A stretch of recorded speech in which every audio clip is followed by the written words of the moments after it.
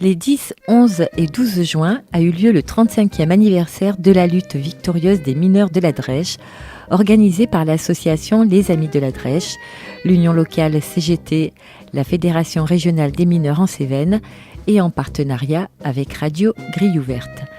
Pendant 13 mois, de mai 1980 à juin 1981, face au projet de fermeture des puits, les mineurs du site de la Drèche ont occupé le fond pour vivre, travailler et décider au pays.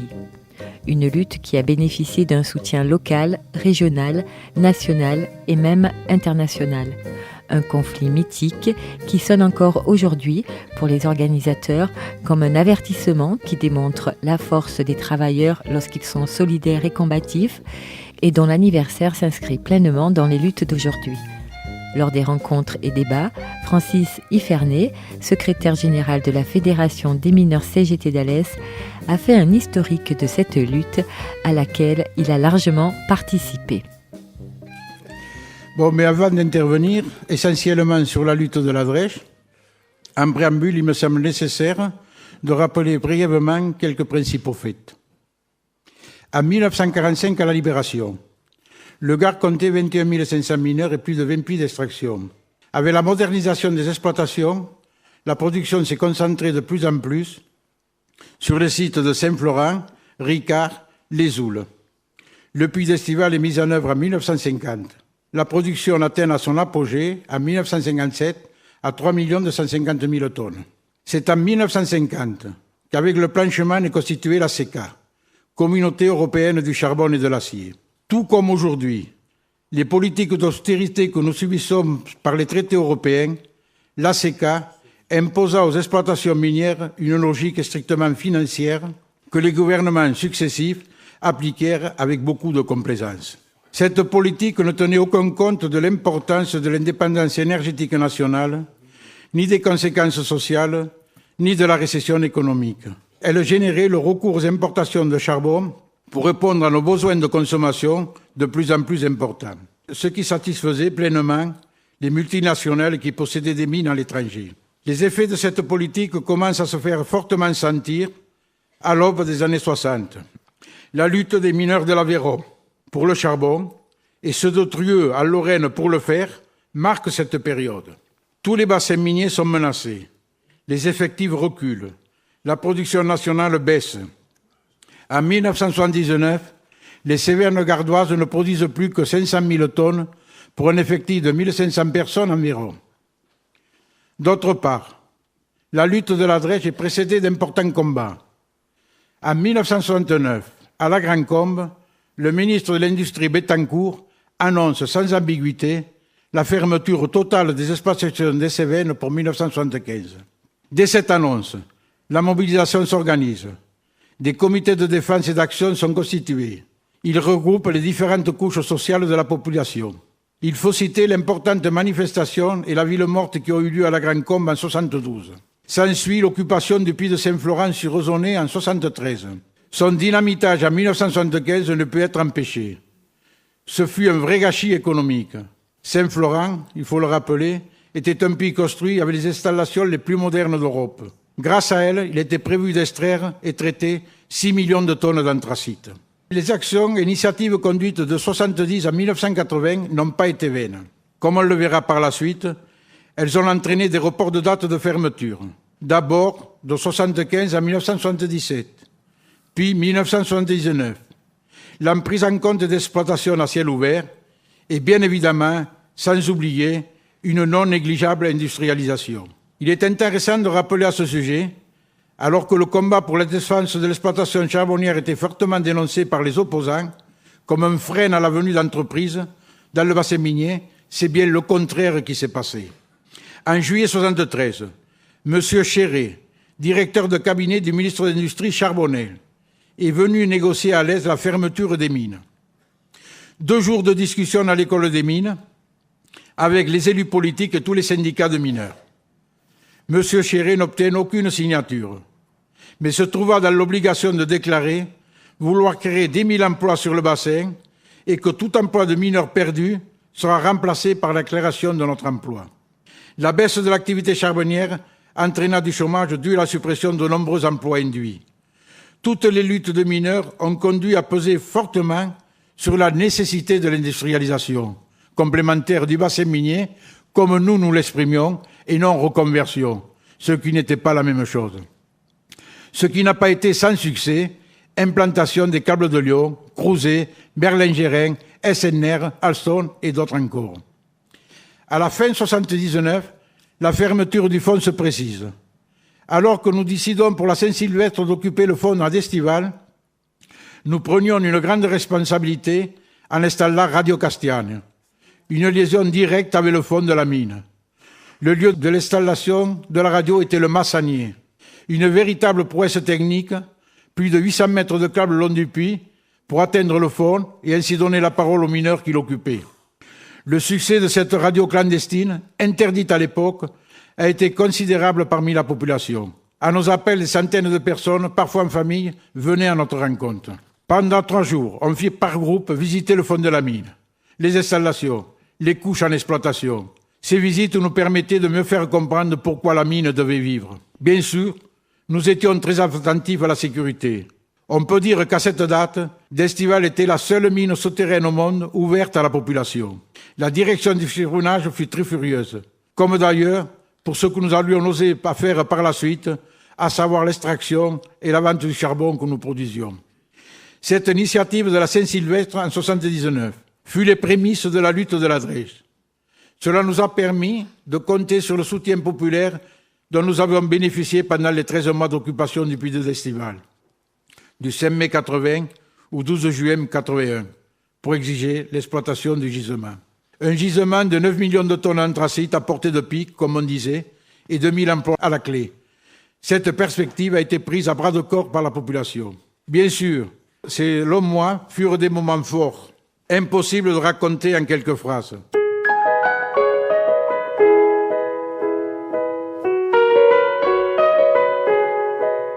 En mai 80, le dos au mur, les mineurs de l'Estival devaient être mutés au Puy des Oules.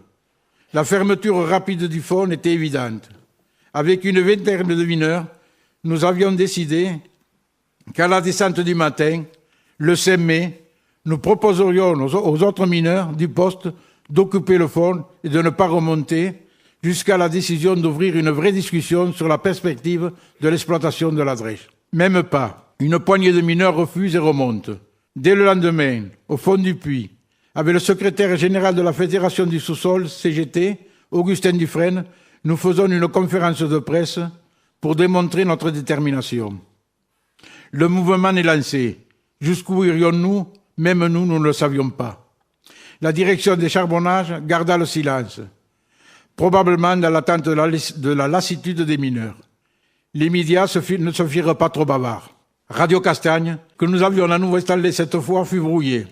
La situation ne fut pas facile, mais nous passions le cap. La solidarité s'activa. L'initiative de la Saint-Sylvestre portait ses fruits. De nombreux responsables des syndicats, des usines et entreprises du bassin minier furent présents à tour de rôle à nos côtés, jour et nuit, les dimanches et jours fériés, pour occuper le carreau de la mine. Des délégations les plus diverses et de toutes professions vinrent de toutes les régions. Pêcheurs, vignerons, paysans, artistes, écrivains, universitaires, scientifiques, manifestèrent leur soutien. Des délégations de syndicats de mineurs de tous les bassins miniers, mais aussi de Belgique, d'Écosse, de Bolivie, d'Afrique du Sud, soviétique, etc. En quelque sorte, nous n'avions personne qui avouait être contre nous, si ce n'est le pouvoir giscardien et la direction des charbonnages qui n'acceptaient aucune négociation. 2 slogans sensibiliser, rassembler la population et les professions auprès de nous. Pour toi, avec eux, vivre, travailler, décider au pays. Les souvenirs les plus forts sont au niveau des responsabilités qu'il a fallu prendre.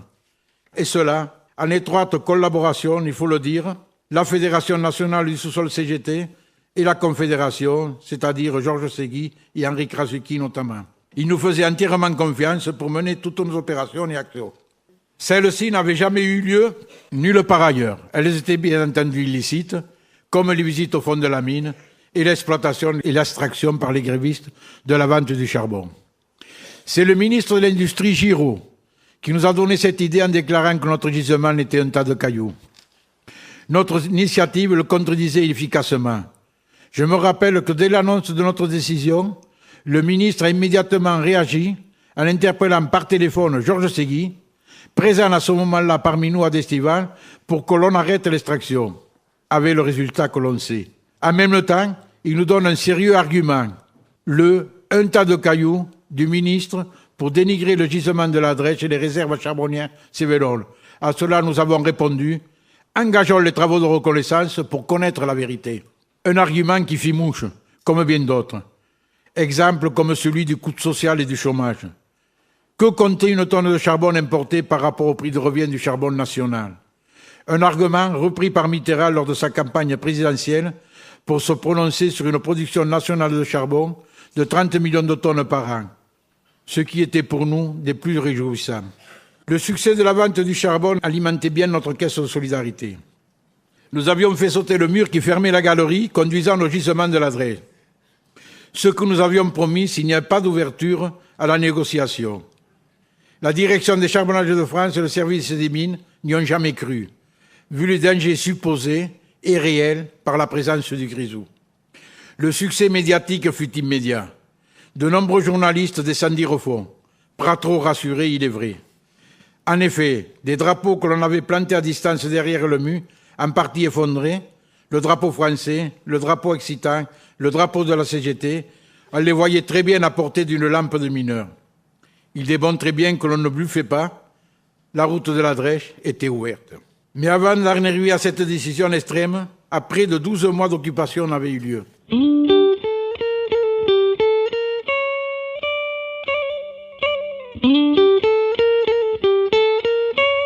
Je vais vous relater quelques moments parmi bien d'autres qui vous donneront une approche de l'ambiance de ces 13 mois de lutte, et que vous connaissez bien entendu. Les dimanches et jours fériés, le carreau était en fête, l'ambiance était excellente avec musique et bal. L'installation à la Noël d'un chapiteau au pied du puits, avec animation et distribution de jouets et cadeaux aux enfants, suivi le 24 décembre, c'était plutôt avant, pour le réveillon au fond de la mine, avec la participation d'un pasteur et des 2 curés. C'était pas pour la messe, mais ils ont apporté notre solidarité. Les grands rassemblements sur le carreau de Destival, notamment après avoir fait sauter le mur. Des délégations venues de toutes les régions et de France, le 1er mai 1981, avec l'inauguration de la fresque de la Drèche, un grand moment de rapprochement du milieu de la création, d'expression culturelle avec le monde ouvrier et leur lutte. Il y a eu les déversements de wagons de train et de camions qui transportaient du charbon importé. Le face-à-face avec les CRS et la police, qui, malgré de fortes tensions à la limite de l'affrontement, n'ont jamais dégénéré. Une solidarité spontanée. Chaque fois que le convoi CRS approchait du puits, les métallos de Tamaris arrivaient. Celle des cheminots, où une nuit près de Fos-sur-Mer, dans les Bouches-du-Rhône, nous avons enlevé une 50aine de mètres de voies ferrées. Une action symbolique pour couper la rentrée du charbon importé, action qui s'est déroulée en totale sécurité, mais action très impressionnante. Les interventions au péage des autoroutes, comme celui de Galargues, le 15 août 80, jour de l'Assomption, que nous avions rebaptisé pour l'occasion Opération Sainte Vierge. Ces initiatives, et là ça avait payé, ces initiatives consistaient à distribuer des tracts d'information aux automobilistes et se traduisaient en 1 heure en présence des CRS par un collectage de fonds très important. L'occupation pendant 24 heures du château de la Levade, siège du conseil d'administration des Houillères. Le slogan entonné alors en direction des charbonnages de France était « Nous vous attendons à la table des négociations pour ouvrir les discussions sur la Drèche. Congélateur, cave bien achalandée. Repas, prise de chandelle et cigares, des camarades ici qui s'en rappellent dans la salle. Je précise, ce qui n'était pas négligeable, qu'au-delà de la consommation faite sur place, il y avait de quoi, rien n'a été dérobé. Ce que nous l'avons su par la suite a surpris la direction et souligné la maîtrise du conflit. Il est vrai que, vu le climat de la lutte, nous aurions pu avoir des tentations, notamment pour le camarade qui était à l'époque, qui occupait le puits de l'Estival, alors que nous étions là-haut en train de s'en mettre plein la lampe. Les 2 hélicoptères de la gendarmerie, qui survolaient à basse altitude notre bus et le camion de charbon que nous allions livrer au préfet de région à Montpellier. Après avoir passé 2 barrages de police avec quelques péripéties, que je n'ai pas le temps de raconter, nous avons été stoppés au 3e barrage par un déploiement impressionnant de forces de l'ordre à Prades-le-Lez. Après discussion, nous avons continué notre route vers Montpellier. La police nous a obligés à laisser le camion sur place. Nous l'avons récupéré au retour et déversé chez le directeur des houillères. D'ailleurs, le camion que nous avons laissé de place, ils nous l'ont gardé toute la journée. Comme la veille, on nous avait pris le camion, on leur avait dit, mais attendez, on n'a pas confiance à la police. Il a dit, pas de problème, on le garde, tout ça. Et quand on est arrivé, c'est vrai, il y avait la police qui gardait le camion. Et après, ils nous ont suivis jusqu'au carreau, jusqu'au directeur de houillères. Quand on l'a déversé là-bas, ils ont levé les bras au ciel, ils ont dit, bon, ça va. Le concert de solidarité au Théâtre d'Alès de Maurice André en novembre 1985, après avoir parlé de nous au Grand Échiquier de Jacques Chancel. La remise de l'habit de lumière par Nimigno II à la Feria des Vendanges.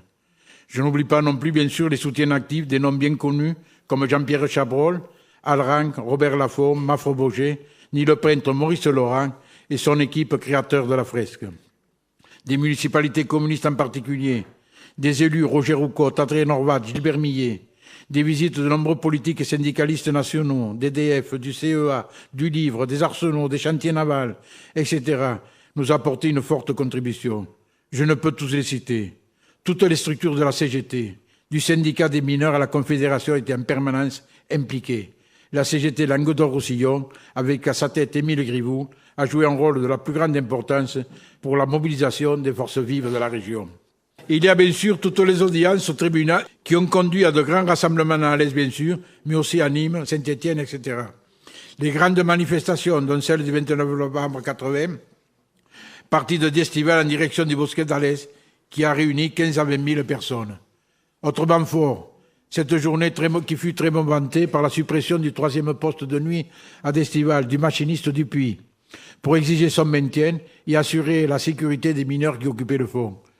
Occupation de l'Avrir, puis séquestration du directeur des houillères en son bureau à Rochebelle, montée d'un important convoi de CRS, appel au téléphone pour la mobilisation devant les bureaux centraux des houillères qui avaient été encerclés par les CRS. Le tocsin hurlant de la mairie déclencha la mobilisation. Cela se traduisit, si chacun s'en rappelle, par une foule immense, place de la mairie, dans les rues de la ville d'Alès, et c'était quasiment sous couvre-feu.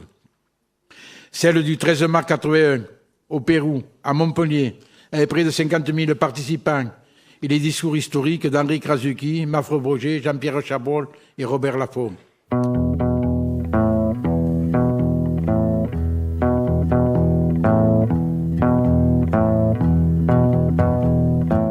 Il est souligné que les femmes ont joué à l'évidence un rôle déterminant et efficace dans la lutte et la solidité du conflit.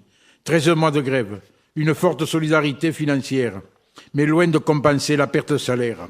Une vie familiale très bousculée. L'absence du mari, souvent plus de 24 heures, parfois plusieurs jours, sans trop savoir où il était. Les initiatives d'action étaient prises au dernier moment. Elles étaient nombreuses à être très présentes au carreau de la mine. Elles effectuaient des visites au fond. Les femmes d'ingénieurs étaient, paraît-il, assez jalouses de n'avoir jamais pu visiter la mine. Les femmes y étaient interdites. Les femmes ont participé à des initiatives qui leur étaient propres, comme la manif avec les enfants anonymes, mais plus emblématique fut le déplacement avec les enfants à l'approche de Noël pour rencontrer le président de la République, Valéry Giscard d'Estaing. Si elles n'ont pu rencontrer le président de la République, elles ont pu remettre leur motion, non sans crier à l'unisson, là aussi dans la salle il y en a qui s'en rappellent, « Anémone, ton mari déconne ». Fortes de leurs espoirs, c'est aussi avec beaucoup de fierté qu'ensuite, elles se rendirent au siège de la CGT. Elles ont été reçues au pied d'un arbre de Noël par Georges Ségui, évidemment dans une très bonne ambiance. Quant au tempérament, elles pouvaient se montrer parfois plus radicales que les hommes, en nous traitant parfois d'un peu mou dans nos actions. L'on peut dire d'ailleurs que lors de certaines occupations, les dirigeants des houillères ou les charbonnages avaient beaucoup plus de crainte à leur égard que celles qu'ils avaient avec nous. Enfin, la victoire conclue en juin 1981 avec l'accord des charbonnages de France et le ministère de l'Industrie qui autorise le financement des travaux de reconnaissance du gisement de la Drèche, avec comme première embauche celle de 15 mineurs. Je crois que c'était 20, là, je me suis trompé, c'était 20. Une grande victoire fêtée le 12 juin par l'embrasement du puits d'Estival, avec un grand feu d'artifice pyrotechnique accompagné de l'historique de la lutte en présence d'une foule impressionnante. Il faut bien avoir à l'esprit que les décisions écrites sur le protocole ont été bien au-delà. En effet, le fait de ne pas avoir fermé le fond a bousculé tous les plans de réduction d'effectifs des charbonnages en Cévennes. Il faut savoir qu'auparavant, nous avions officieusement obtenu que tous les mineurs puissent finir leur carrière en Cévennes. services de jour, découvertes, etc. Les mineurs ont gardé leur emploi au fond. Pour activer leur activité normale de la houillère, cela a conduit à 330 embauches sur l'ensemble de l'exploitation et les services. Et la plus importante embauche dans le lac d'Or-Sillon à cette époque. Nous avons obtenu par la suite le financement d'un lavoir moderne, parce que le nôtre était désuet et tout, et j'ai une histoire aussi, mais ça serait trop long, remplaçant l'ancienne devenue vétuste. Après expérimentation, ce lavoir a été opérationnel après 1992. Pendant le conflit, il y avait aussi l'argument qu'on ne trouverait personne pour travailler à la mine. Après la victoire, ce sont des centaines de candidatures à l'embauche que reçut la direction des houillères, ce qui posa d'ailleurs des problèmes de soi-disant favoritisme de la CGT. Voilà, c'était comme ça. Je me souviens du bonheur des mineurs qui s'étaient embattus à former les jeunes embauchés. En 1982, nous avons posé sur le puits de l'Estival, lors d'un rassemblement, une plaque scellant cette victoire qui a marqué la relance charbonnière. Une manifestation en présence de Roger Roucotte, André Novant, le représentant des présidents des charbonniers de France, et fait exceptionnel avec la participation de Marcel Paul, ministre de l'Énergie, à la Libération, à laquelle on lui doit les statuts et tout ça, beaucoup de choses. L'espoir qui avait suscité de tels moments fut de courte durée. La décision d'arrêter les travaux de reconnaissance et de fermer la Drèche en 1985 fut vécue comme une trahison. Nous la sentions venir. Les difficultés pour accomplir les travaux, le manque de matériel, soulignaient un réel manque de volonté politique. On assistait à un réel sabotage. D'ailleurs, l'accueil à Alès réservé à François Mitterrand le 24 juin 1985, avant le conflit des Oules, fut significatif. Il est à noter que Georges Valbon, président des charbonnages, nommé en 1981, avait déjà démissionné. Nous étions très vigilants, notamment pendant la période d'août 1985, où l'on s'entendait un mauvais coup. Les mineurs de d'Estival avaient été auparavant mutés aux Oules, pour reprendre à l'autre extrémité les travaux de reconnaissance. Une mutation que nous avions admise. Mais fin août 1985, nous décidions d'occuper le puits des Oules. La manif, lors de la venue du ministre de Georges Dufoy à la pépinière d'entreprise à Saint-Christophe-les-Alès, le 25 janvier 1987, fut un fait marquant. Il est gravé dans les mémoires. Nos adversaires avaient grossi. Ils étaient aussi de gauche. Le PS était au pouvoir, auquel s'ajoutaient les autres syndicats restés silencieux en 1980-1981. Malgré ce, durant 7 mois, nous bénéficions encore d'une importante solidarité. L'occupation de la mine dura jusqu'en avril 1986, date qui marquera l'arrêt de l'exploitation du fonds en Cévennes. Notre lutte a permis de renforcer encore plus l'exploitation à ciel ouvert, avec une promesse, pendant notre conflit, de 30 ans d'activité. C'est d'ailleurs là-dessus que se pliaient les syndicats et les opposants, bien sûr, au fond. Il a été obtenu aussi pour les mineurs à moins de 5 ans de la retraite le congé charbonnier de fin de carrière, ce que je considère moi comme une aberration économique, mais qui permet à ceux-ci et à tous ceux qui en font partie de toucher leur salaire sans activité jusqu'à la retraite. L'exploitation à ciel ouvert dura jusqu'en 2002, avec la réhabilitation des sites exploités jusqu'en 2005, ce qui fit que le charbon de nos Cévennes a été extrait près de 30 ans de plus que ce qui était prévu par leurs liquidateurs. Avec les créations d'entreprises, même si ce n'est pas à la hauteur des emplois annoncés et la durée des activités de la houillère, le bilan n'est pas négligeable. Oui, on peut l'affirmer, la lutte a payé. Bien d'autres grands moments qui ont alimenté ce combat pour que perdure l'exploitation des gisements de la Drèche pourraient être évoqués. J'en ai recensé une vingtaine que l'on pourrait illustrer de savoureuses anecdotes démontrant la force de notre mouvement et de notre détermination. Pour ne pas être trop long, j'ai essayé de m'en tenir à l'essentiel. Dans la salle, nombreux sont ceux qui ont vécu et participé à ces moments intenses. Mais nous voulons surtout que ce 35e anniversaire de la lutte victorieuse de la Drèche se fête dans un climat de convivialité et de fraternité, mais surtout dans un esprit de combativité, de résistance et de solidarité. C'est pourquoi les rencontres, les débats, les rassemblements et diverses manifestations, les spectacles que nous organisons durant ces 3 jours s'inscrivent totalement dans les luttes d'aujourd'hui, que ce 35e anniversaire soit porteur d'une volonté de progrès social et du bien vivre ensemble digne du XXIe siècle. Ouf, voilà. Merci. Vous venez d'entendre Francis Iferney, secrétaire général de la Fédération des mineurs CGT des Cévennes, pour un historique de la lutte victorieuse des mineurs de la Drèche, mai 1980-juin 1981, dans le cadre des journées de commémoration organisées par l'association Les Amis de la Drèche et l'union locale CGT d'Alès. À des lendemains qui chantent sous le soleil, c'est elle que l'on matraque, que l'on poursuit, que l'on traque.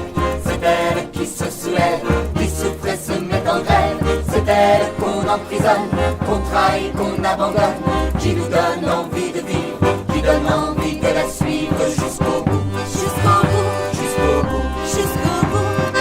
Je voudrais sans la nommer lui rendre hommage. Jolie fleur du mois de mai aux fruits sauvages. Une fille bien plantée sous ses deux jambes, et qui traîne en liberté où bon lui semble. C'est elle que l'on matraque, que l'on poursuit, que l'on traque. C'est elle qui se soulève, qui souffre et se met en grève. C'est elle qu'on emprisonne, qu'on trahit, qu'on abandonne, qui nous donne envie de vivre, qui donne envie de la suivre jusqu'au bout. Jusqu'au bout, jusqu'au bout, jusqu'au bout. Je voudrais sans la nommer vous parler d'elle. Bien aimée ou mal aimée, elle est fidèle. Et si vous voulez que je vous la présente, on l'appelle révolution permanente. Pour les marins révoltés du Potemkin, le soviet pacifiste écrasé à la courtine, les mutins de Kraon, Sacco et Vanzetti, Rosa Luxembourg, Karl Liebknecht, les 6 millions de grévistes de 1936, les mineurs d'Oviedo, les volontaires des brigades internationales, le courage de nos frères anarchistes, les résistants, Manouchian, ses 22 camarades, les FTP Moy, les victimes du massacre de Sétif, les manifestants algériens assassinés dans Paris le 17 octobre 1961, les manifestants piétinés à Charonne, Victor Jara, les 9 millions de grévistes de 1968, le Che et ses guerrilleros, les dockers de Liverpool, les travailleurs de Séoul, le peuple kurde, les peuples de Bolivie, du Venezuela, de Cuba, d'Équateur, du Nicaragua, en lutte contre l'impérialisme, le peuple algérien, le peuple afghan, argentin, les peuples de l'ex-Yougoslavie, le peuple tchétchène, le peuple des deux Corées, du Rwanda, du Soudan, de Sierra Leone, de Somalie, le peuple sahraoui, les paysans sans terre du Brésil, les Indiens du Chiapas, de Oaxaca, Léonard Pelletier, Moumia Abou Jamal, les victimes de la peine de mort, Carlo Giuliani, abattu par la police capitaliste de Berlusconi à Gênes, Joël Aubron, ses camarades d'action directe toujours emprisonnés, Nathalie Ménigon, Jean-Marc Rouillant, Régis Schlecher, Georges Cipriani. 20 ans de prison, ça suffit.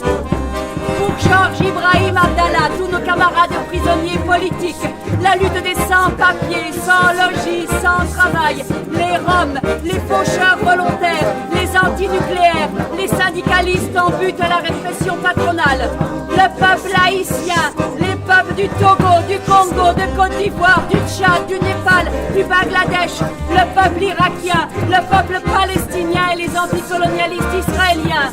Pour tous les hommes et toutes les femmes qui meurent accrochés aux barbelés de la forteresse Europe.